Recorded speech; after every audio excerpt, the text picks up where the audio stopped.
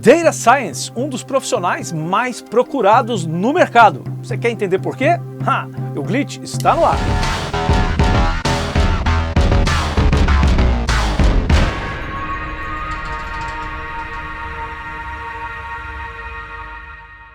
Dados, dados e mais dados, um mundo de dados é o que a gente tem hoje. A gente se afoga numa quantidade enorme de dados que na maioria das vezes a gente não consegue lidar com eles.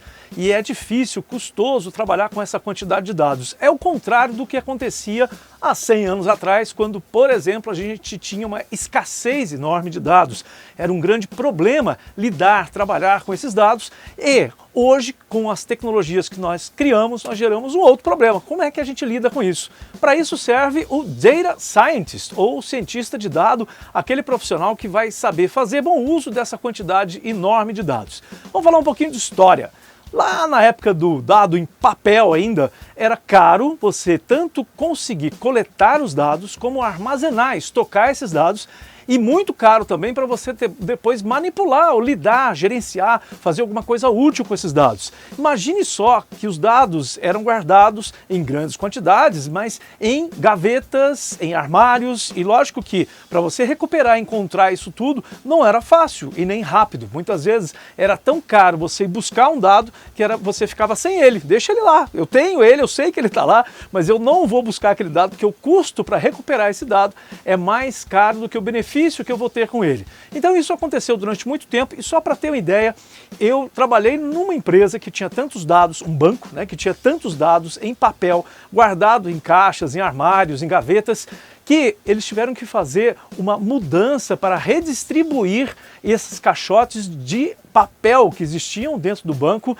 porque o prédio estava envergando por causa do peso dos arquivos de dados desse banco. Imagine só, hoje em dia, que você carrega ou num pendrive ou no HD externo, ou mesmo, né, a gente nem sabe onde está, uma quantidade que é milhões de vezes maior do que aqueles dados que estavam guardados em caixa de papelão e eles não têm peso nenhum. Nós estamos falando de dados digitais, em que, lógico, no começo também foi muito caro armazenar esses dados. Só para você ter uma ideia, e a gente tem um vídeo que a gente fala sobre isso, sobre dispositivos de armazenamento, então dá uma olhada no vídeo aí para você entender um pouco essa história. Custava milhões de dólares para você armazenar no começo, lá nos anos 50, nos anos 60, para você armazenar os seus dados de maneira digital ou magnética, gravadas em fitas de rolo, fitas de carretel. E, logicamente, isso era um processo caro, demorado, porque você gravava nessas fitas, guardava as fitas da mesma forma que guarda o papel, em armários grandes, né, que você tinha que catalogar isso tudo, e no dia que você precisava daquele dado de volta, você tinha que descobrir em qual fita ela estava gravada, encontrar no armário aquela fita, trazer, colocar no leitor de dados, que parecia lá um toca-fitas de música, e aí, pior ainda, você tinha que enrolar a fita até chegar no local dela onde estavam aqueles dados que você precisava. Então, processo caro, demorado, difícil e, logicamente, também muitas vezes não valia a pena. E aí os dados estavam lá guardados por algum motivo, às vezes uma exigência legal, mas ninguém fazia uso desses dados guardados. Com os dispositivos de acesso direto, que são os discos rígidos, os HDs, que eram muito melhores do que as fitas, que foram o primeiro dispositivo de armazenamento, ficou bem mais fácil porque você não precisa enrolar e desenrolar a fita inteira para chegar no dado que você quer, você tem o acesso direto, assim como no disco você escolhe a faixa do disco diretamente. Bom, isso melhorou bastante, mas isso ainda era caro, os dispositivos magnéticos de armazenamento muito caros, e eles foram caindo com preço, né, ao longo do tempo, e aí o custo em dólares para armazenar cada byte foi caindo até um ponto que hoje é praticamente zero. Não é zero, óbvio, mas tende a zero, porque cada vez você consegue armazenar mais dados a um custo menor ainda.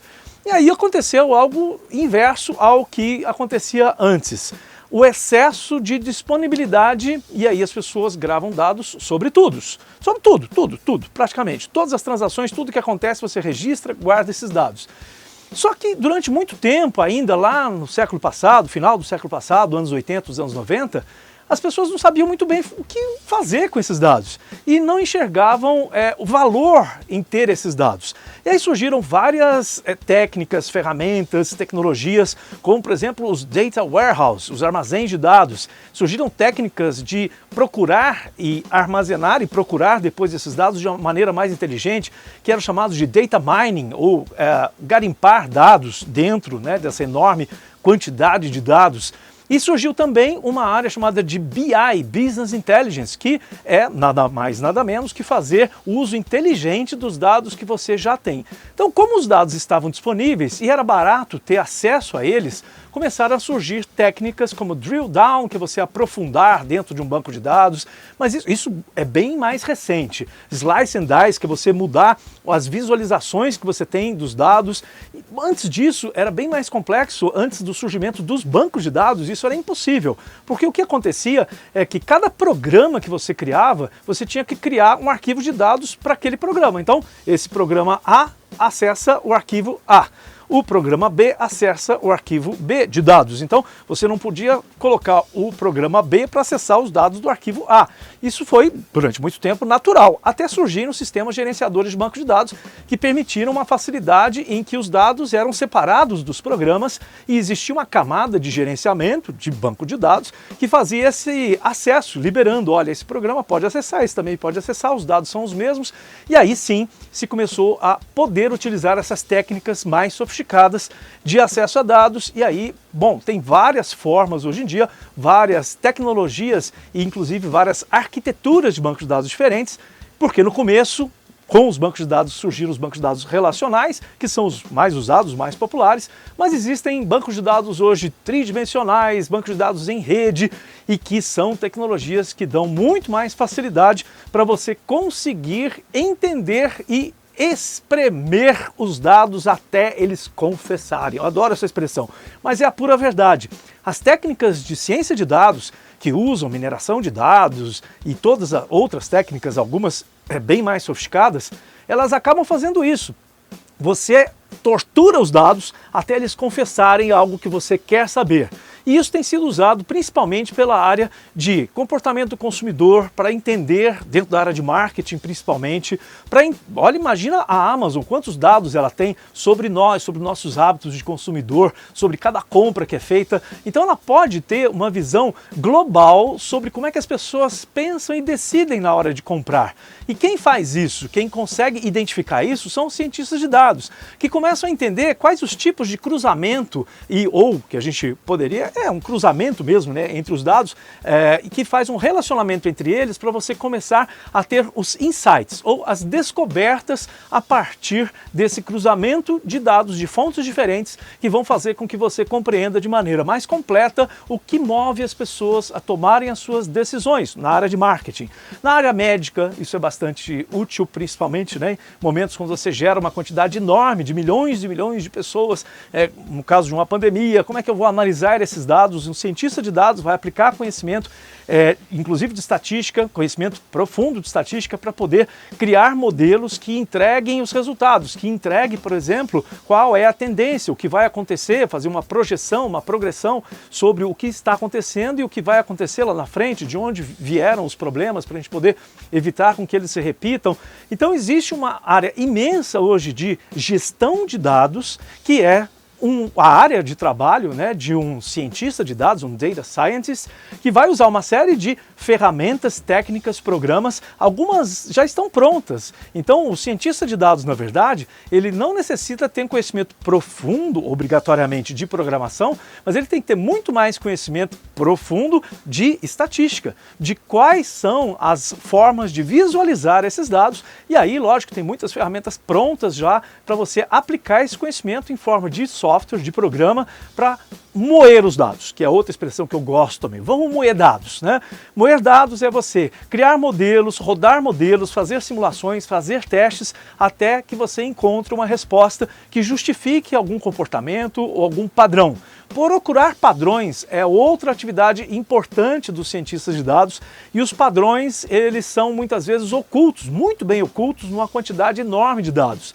Quando você encontra um padrão, esse padrão pode explicar muita coisa, e aí você pode criar ferramentas para gerar aquele padrão. Quando você já conhece de onde ele vem, você consegue impulsionar ou direcionar determinados comportamentos, determinados tipos de ações que você já sabe como é que eles se disparam, de onde eles vêm.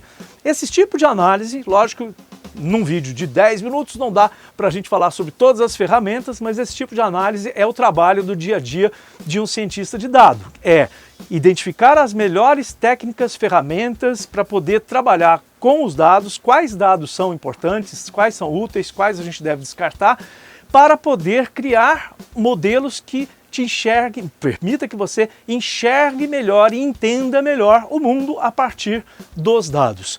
Dados são matéria-prima para a gente gerar informação. A informação é aquilo que é útil, que resolve problemas, que nos explica as coisas, e da informação a gente gera o conhecimento, que não é nem dado nem informação. O conhecimento é que está na nossa cabeça, e conhecimento só existe dentro da cabeça do ser humano. E para a gente conhecer mais, para ser mais sábio, a gente precisa ter bons dados que geram boas informações, que vão gerar um excelente conhecimento sobre o mundo ao nosso redor para tomar as melhores decisões, e é para isso que o cientista de dados tem que estudar para poder resolver esses problemas, esses grandes dilemas da humanidade, que tem muitos dados e que muitas vezes esse excesso pode confundir as pessoas e gerar até problemas como algumas disfunções de você ter ideias erradas sobre aquele mundo, né? aquela representação de dados, e aí quando você aplica as técnicas certas, você encontra as respostas certas. Gostou? Dá o seu joinha, inscreva-se no nosso canal, acione aí o sininho para ter as notificações quando chegar vídeo novo aqui. Eu sou o professor Hélio Lemes e a gente se vê noutra edição do Glitch. Tchau!